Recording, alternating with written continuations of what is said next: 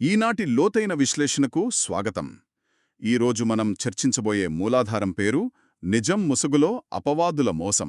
అవును, ఇది చాలా ఆసక్తికరమైన, అలాగే మన రోజువారీ జీవితాలకు బాగా ఉపయోగపడే అంశం. ఖచ్చితంగా. సాధారణంగా మనం ఏమనుకుంటామంటే, ఒక విషయం అక్షరాలా నిజమైతే చాలు, దాన్ని ఎవరికైనా ఎప్పుడైనా చెప్పడంలో ఎలాంటి తప్పు లేదు అని చాలా బలంగా నమ్ముతాం. వాస్తవం ఎప్పుడూ పవిత్రమైనది అనే ఒక దృఢమైన నమ్మకం సమాజంలో ఉంది. అదే, ఆ నమ్మకం గురించే ఈరోజు మనం మాట్లాడబోతున్నాం.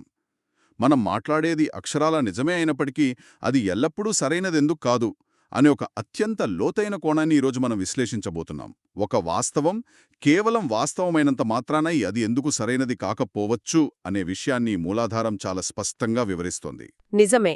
ఈ మూలాధారం నేరుగా బుద్ధుని బోధనలలోని ఒక లోతైన నైతిక సూత్రంపై ఆధారపడి మనకు ఒక సరికొత్త దృక్కోణాన్ని అందిస్తోంది. ఇందులో ప్రధానంగా పాళీ భాషకు చెందిన ఒక భావనను పరిచయం చేశారు. అదే పిసునవాచ. పిసునవాచ అంటే విభేదాలు సృష్టించే మాటలు లేదా చాడీలు చెప్పడం. కరెక్ట్. ఒక వ్యక్తి చెప్పే మాట అక్షరాల నిజమే కావచ్చు, కాని ఆ మాట చెప్పడం వెనుక ఉన్న ఉద్దేశం ఇద్దరు వ్యక్తుల మధ్య లేదా ఒక సమూహంలో చిచ్చు పెట్టడమే అయితే ఆ మాటను ఈ పిసునవాచ కింద పరిగణిస్తారు. అంటే ఒక మాటలోని వాస్తవమా అబద్ధమా అనే భౌతిక సత్యం కంటే ఆ మాట మాట్లాడటం వెనుక ఉన్న ఉద్దేశం గురించి ఆలోచించమని ఈ బోధనలు మనల్ని సన్నద్ధం చేస్తున్నాయి. ఖచ్చితంగా.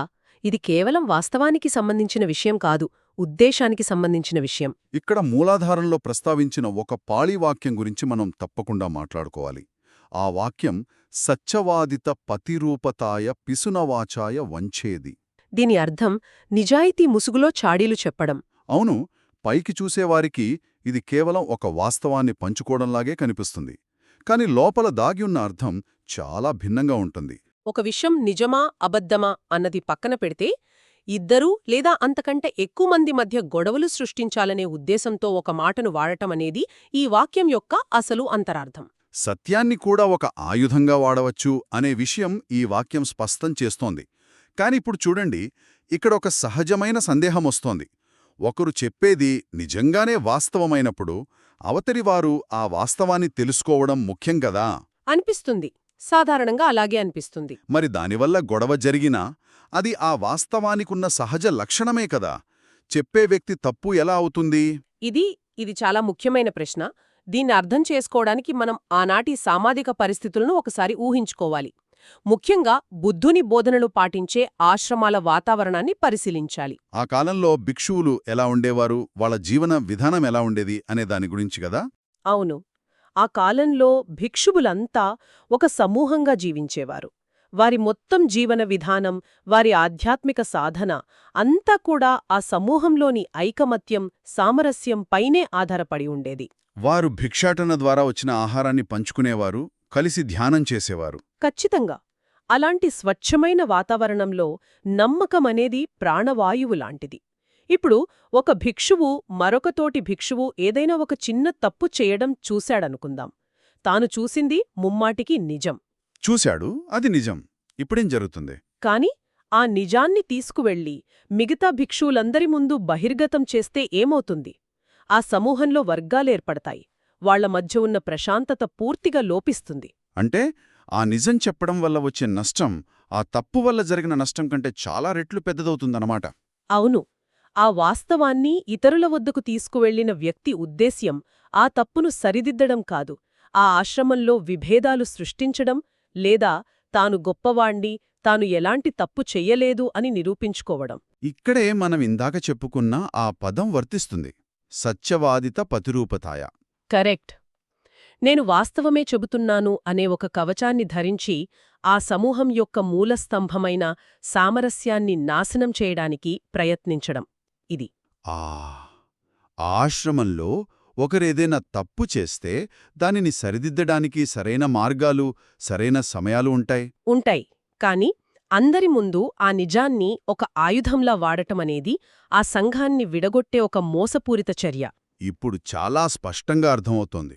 మూలాధారంలో ఇటువంటి మాటలను కుళ్ళిపోయిన మాటలు అని ఎందుకు వర్ణించారో ఈ వివరణ ద్వారా తెలుస్తోంది. కుళ్ళిన వస్తువుతో పోల్చటం వెనుకున్న ఆంతర్యం చాలా లోతైనది. అవును, ఆ మాటలు కేవలం చెడ్డవి అని చెప్పడం మాత్రమే కాదు, ఒక కుళ్ళిపోయిన పండు బుట్టలోని మిగతా పండ్లను ఎలా పాడుచేస్తుందో ఈ విభజించే మాటలు కూడా ఒక స్వచ్ఛమైన వాతావరణంలో అనుమానాలు, ద్వేషాన్ని అలా వ్యాప్తి చేస్తాయి. ఖచ్చితంగా ఒక కుళ్ళిపోయిన వస్తువు తనంతట తాను పాడైపోవడమే కాకుండా తన చుట్టూ ఉన్న గాలిని కూడా కలుషితం చేస్తుంది. ఆ దుర్వాసన చుట్టుపక్కలంతా వ్యాపిస్తుంది. సరిగ్గా అలాగే ఈ విభజించే మాటలు కూడా సామాజిక వాతావరణాన్ని విషతుల్యం చేస్తాయి. దీన్ని వినేవారికి మరింత సులభంగా అర్థమయ్యేలా ఒక ఉదాహరణ చెప్పుకుందాం. చెప్పండి. ఒక గ్రామంలో ఇద్దరు ప్రాణ స్నేహితులున్నారనుకుందాం. వారిలో ఒకరు ఏదో ఒక కోపంలోనో లేదా ఆవేశంలోనో మరొకరి గురించి ఒక చిన్న ప్రతికూల వ్యాఖ్య చేశాడు. అది నిజంగానే జరిగింది. సరే, ఒక స్నేహితుడు ఇంకో స్నేహితుడి మీద ఏదో కామెంట్ చేశాడు.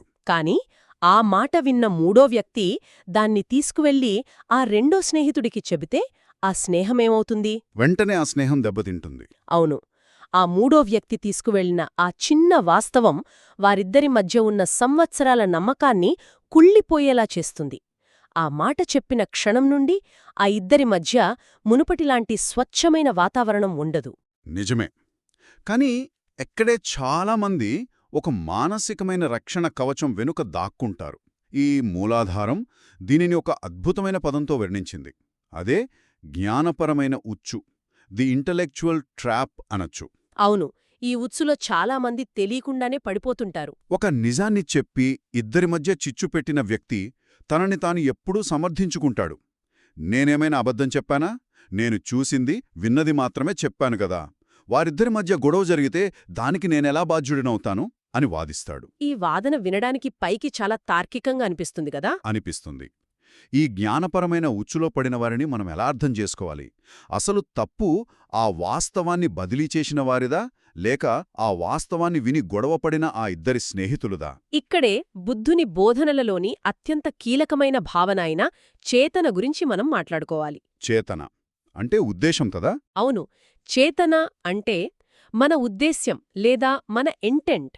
ఒక చర్య మంచిదా చెడ్డదా అని నిర్ణయించేది ఆ చర్య యొక్క భౌతిక రూపం కాదు, దాని వెనక ఉన్న ఈ చేతన మాత్రమే. మనమెందాక చెప్పుకున్న స్నేహితుల ఉదాహరణలో ఆ మూడో వ్యక్తి గురించి ఆలోచిస్తే, ఆ మూడో వ్యక్తి తాను కేవలం నిజాన్ని మాత్రమే బదిలీ చేశాను అని బుకాయించవచ్చు. కాని అతని చేతన ఏమిటి? ఆ మాట చెప్పే క్షణంలో అతని లోపల ఉన్న నిజమైన ఉద్దేశ్యమేమిటి? ఆ ఇద్దరు స్నేహితుల మధ్య ఉన్న బంధం తెగిపోవాలి, లేదా ఒకరి పట్ల మరొకరికి ద్వేషం పెరగాలి అనే దురుద్దేశమే ఆ మాట వెనుక ఉంటుంది. ఖచ్చితంగా. అంటే ఆ వాస్తవం అనేది కేవలం ఒక సాధనం మాత్రమే. అసలు నేరం ఆ వాస్తవాన్ని ప్రయోగించిన ఉద్దేశంలో ఉంది. దీన్ని ఒక కత్తితో పోల్చవచ్చు కదా? అవును, కత్తి ఎంత పదునైనదైనా, ఎంత నాణ్యమైనదైనా, దానితో ఒక ప్రాణం తీసినప్పుడు ఆ కత్తి నాణ్యతను ఎవరూ మెచ్చుకోరు. ఆ ప్రాణం తీసిన ఉద్దేశ్యాన్నే అందరూ ప్రశ్నిస్తారు, శిక్షిస్తారు. ఇక్కడ వాస్తవం కూడా ఆ కత్తిలాంటిదే. అది వాస్తవమే కావచ్చు, కాని దానిని ఒకరిని గాయపరచడానికి లేదా ఇద్దరిని విడదీయడానికి వాడినప్పుడు అది ఆయుధంగా మారుతుంది. ఈ జ్ఞానపరమైన ఉచ్చులో పడినవారు తమ చర్యకున్న నైతిక బాధ్యతను ఆ వాస్తవం మీద నెట్టేసి తాము మాత్రం ఏ పాపమెరుగని వారిలా ప్రవర్తిస్తారని ప్రయత్నిస్తారు. కాని వారి అంతరాత్మకు తెలుసు ఆ మాట వారు ఎందుకు చెప్పారు అనేది. ఆ చేతనే వారి కర్మను నిర్ణయిస్తుంది. ఖచ్చితంగా. ఇది నిజంగా ఆలోచించాల్సిన విషయం. ఒక వాస్తవాన్ని కత్తితో పోల్చడం, ఆ కత్తిని పట్టుకున్న చేతికంటే దాని వెనక ఉన్న ఉద్దేశాన్ని గమనించమనడం చాలా లోతైన విశ్లేషణ. అవును. అయితే ఈ కుళ్ళిన మాటల ప్రభావం ఇంత తీవ్రంగా ఉన్నప్పుడు అసలు మనం మాట్లాడే మాటల్లో ఏది సరైనది, ఏది కాదు అని మనం ఎలా గుర్తించాలి? ఏది వాస్తవం, ఏది ఆయుధం అని తేల్చడానికి మూలాధారంలో ఏదైనా కొలబద్ద ఉందా? ఉంది. మూలాధారంలో మాటల నైతికతను వివరిస్తూ ఒక అద్భుతమైన పట్టికనందించారు. అందులో మాటలను ప్రధానంగా 3 రకాలుగా వర్గీకరించారు. ఈ 3 రకాల వర్గీకరణం మనం ప్రతిరోజూ మాట్లాడే మాటలను బేరీజు వేసుకోవడానికి ఒక అద్దంలాంటిది. నిజమే. ఇందులో మొదటి రకం వర్గీకరణ సరైన వాక్కు, రైట్ స్పీచ్ అంటారు. అవును. ఒక మాట వాస్తవమై ఉండి వినేవారికి మేలు చేస్తూ సామరస్యాన్ని పెంచేదిగా ఉంటే దానిని సరైన వాక్కు అంటారు. ఇది బుద్ధుని బోధనలలో చాలా ముఖ్యమైన భాగం. ఒక మాట కేవలం నిజం కావడమే కాదు, ఆ మాట వెనుక అవతలి వ్యక్తి బాగుపడాలి అనే స్వచ్ఛమైన చేతన ఉండాలి. దీనికొక ఉదాహరణ చెప్పాలంటే, ఒక గురువు తన శిష్యుడు తప్పులను ఎత్తిచూపడం ఇందులోకే వస్తుంది గదా. ఖచ్చితంగా అది నిజం. పైగా ఆ శిష్యుడి శ్రేయస్సు కోరి చెప్పబడినది. కాబట్టి ఇది అత్యున్నతమైన నైతిక విలువను కలిగి ఉంటుంది. గురువు శిష్యుడు ఉదాహరణ చాలా సముచితంగా ఉంది. కాని ఇక్కడే ఒక చిన్న సంక్లిష్టత వస్తుంది. ఒకవేళ ఆ గురువు చెప్పేది నిజం కాకపోయినా శిష్యుణ్ణి దారిలో పెట్టడానికి ఏదైనా కల్పిత కథ చెబితే అది సరైన వాక్కవుతుందా? అది సరైన వాక్కు కిందకు రాదు. ఎందుకని? ఉండి కేవలం మేలు కోసం చెప్పే మాటలను మనం వేరే కోణంలో విశ్లేషించాలి కాని ఈ పట్టిక ప్రకారం అది సంపూర్ణమైన సరైన వాక్కు కాదు. సత్యం మరియు మేలు ఈ రెండూ కలిసినప్పుడే అది సరైన వాక్కుగా పరిగణించబడుతుంది. అర్థమైంది. సత్యముండాలి, మేలు చేసే ఉద్దేశం కూడా ఉండాలి. ఇక ఈ పట్టికలో రెండవ రకం మాటల్ని చూస్తే అవి విభజించే మాటలు. Divisive speech. ఈ వర్గీకరణ చాలా సూక్ష్మమైనది. ఎందుకంటే ఈ మాటలు నిజం కావచ్చు లేదా అబద్ధం కావచ్చు. కాని వాటి ప్రధాన ఉద్దేశ్యం ఇద్దరి మధ్య గొడవలు సృష్టించడమే. ఉద్దేశం చెడ్డది కాబట్టి ఈ మాటలను అకుశలము అంటారు కదా, అంటే నైతికంగా సరైనవి కావు అని ఈ మూలాధారం స్పష్టం చేస్తోంది. అవును, అకుశలము అంటారు. కానిక్కడ నన్ను తొలిచేస్తున్న ఒక ప్రశ్న అడగాలి. ఒక వ్యక్తి నిజంగానే చెడ్డవాడు, మోసగాడు. అతడు నా స్నేహితుణ్ణి మోసం చేస్తున్నాడు. నేను వెళ్ళి నా స్నేహితుడికి ఆ నిజం చెప్పి వారిద్దర్నీ విడగొడితే అది విభజించే మాటల కిందకొస్తుందా? అది నా స్నేహితుడికి మేలు చేసినట్లే కదా. ఇక్కడే మనం చేతన దగ్గరకు మళ్ళీ రావాలి. మీరు మీ స్నేహితుడికి ఆ వాస్తవాన్ని ఎందుకు చెబుతున్నారు?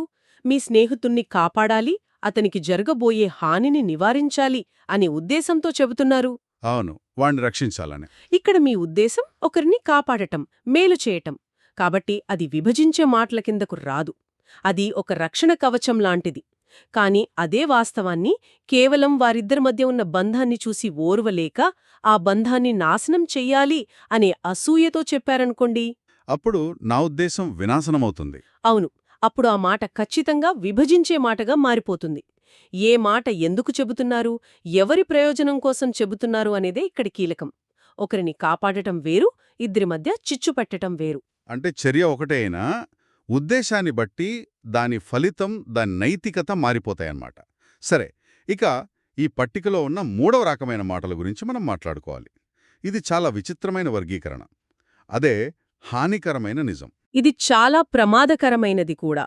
ఇది అక్షరాలా నిజమే అయినా ఇతరులను కించపరచడానికి లేదా విడదీయడానికి ఉపయోగించేది అని మూలాధారం వివరిస్తోంది. అంటే ఒక వాస్తవం కేవలం వాస్తవం అయినంత మాత్రాన అది సురక్షితమైనది కాదు అని ఈ వర్గీకరణ చాలా స్పష్టంగా అర్థమయ్యేలా వివరిస్తోంది. ఒక నిజం ఎలా హానికరంగా మారుతుంది అనేది విశ్లేషించడం ఇక్కడ చాలా ముఖ్యం. ఖచ్చితంగా. ఈ హానికరమైన నిజం అనేది ఎందుకు ప్రమాదకరమైనదంటే దీని ఎవరూ ఖండించలేరు. వినేవారికి అర్థమయ్యేలా ఒక ఉదాహరణ చెప్తాను. తప్పకుండా. ఒక మనిషి తన యవ్వనంలో ఏదైనా ఒక పెద్ద తప్పు చేసి దాన్నుంచి గుణపాఠం నేర్చుకుని ఇప్పుడు చాలా ఉన్నతమైన జీవితాన్ని గడుపుతున్నాడో అనుకుందాం. సమాజంలో అతనికొక మంచి గౌరవం ఉంది. ఒక ఆశ్రమానికి వెళ్ళి ఎంతో అంకితభావంతో సేవ చేస్తున్నాడు. సరే, అతను పూర్తిగా మారిపోయాడు. అవును. ఇప్పుడొక వ్యక్తి వచ్చి ఆ ఆశ్రమంలోని వారి ముందు ఇతను గతంలో ఎలాంటి తప్పు చేశాడో మీకు తెలుసా అని ఆ పాత నిజాన్ని బయటపెట్టాడు అనుకుందాం. అతడు చెప్పింది అక్షరాల వాస్తవమే కదా? వాస్తవమే, అందులో అబద్ధం లేదు. కాని ఆ వాస్తవాన్ని ఇప్పుడు ఎందుకు చెబుతున్నాడు? ఆ వ్యక్తిని కించపరచడానికి, అతని పట్ల ఆ ఆశ్రమంలో ఉన్న గౌరవాన్ని పోగొట్టడానికి. ఆ పాత వాస్తవం ఇప్పుడు ఎవరికీ ఏ విధంగానూ ఉపయోగపడదు. అది కేవలం అవతలి వ్యక్తిని అవమానించడానికి మాత్రమే ఉపయోగపడుతుంది. అంతే. కాబట్టి ఆ నిజం హానికరమైన నిజంగా మారి నైతికంగా అకుశలమైన చర్యగా పరిగణించబడుతుంది. ఈ ఉదాహరణతో విషయం పూర్తిగా అర్థమైంది. ఒకరి గతాన్ని తవ్వితీసి వర్తమానంలో వారి ప్రశాంతతను భంగం చేయడమనేది వాస్తవం ముసుగులో చేసే ఒక క్రూరమైన చర్య. అవును, అది చాలా క్రూరమైనది. మనం ఇప్పటివరకు చర్చించిన విషయాలను బట్టి చూస్తే ఒక మాట మాట్లాడే ముందు మనం పరిగణనలోకి తీసుకోవలసిన అంశాలు కేవలం నిజమా అబద్ధమా అన్నవి మాత్రమే కాదని స్పష్టంగా తెలుస్తోంది. నిజాన్ని చెప్పడం కూడా కొన్నిసార్లు నేరమే అవుతుంది. ఆ నిజం వెనుక ఉన్న ఉద్దేశం హాని చేయడమే అయితే. నిజమే. మరి దీనికి పరిష్కారం ఏమిటి? మనం మాట్లాడే మాట సరైనదే అని నిర్ధారించుకోవడానికి మూలాధారంలో పేర్కొన్న నిర్ణాయక అంశాలు ఏమిటి? ఒక వాస్తవాన్ని పంచుకునే ముందు 2 ముఖ్యమైన నిర్ణాయక అంశాలను బుద్ధుని బోధనలు మన ముందు ఉంచుతాయి. అవి ఉపయోగకరమైనదా మరియు సమయానుకూలమైనదా.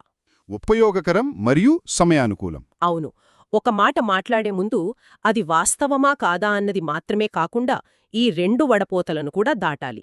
మొదటిది, నేను చెప్పబోయే ఈ నిజం వల్ల ఎవరికైనా ఏదైనా ఉపయోగముందా, అవతలివారి జీవితంలో ఏదైనా సానుకూల మార్పు వస్తుందా అని ప్రశ్నించుకోవాలి. ఒకవేళ ఆ సత్యం ఉపయోగకరమైనది కాకపోతే దాన్ని మాట్లాడకపోవటమే శ్రేయస్కరం.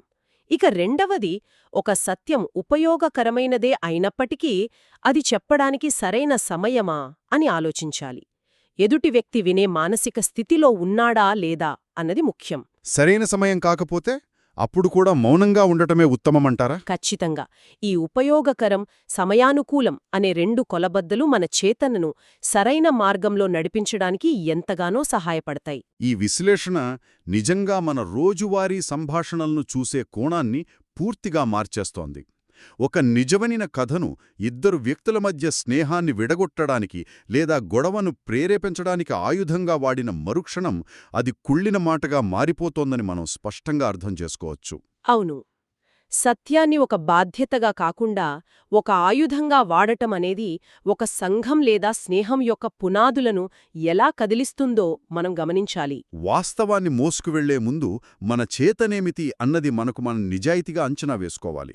ముగించే ముందు ఈ విశ్లేషణను ఇంకొక అడుగు ముందుకు తీసుకువెళ్ళి వినేవారికి ఒక చిన్న ప్రశ్నను వదిలివేయాలనుకుంటున్నాను. చెప్పండి.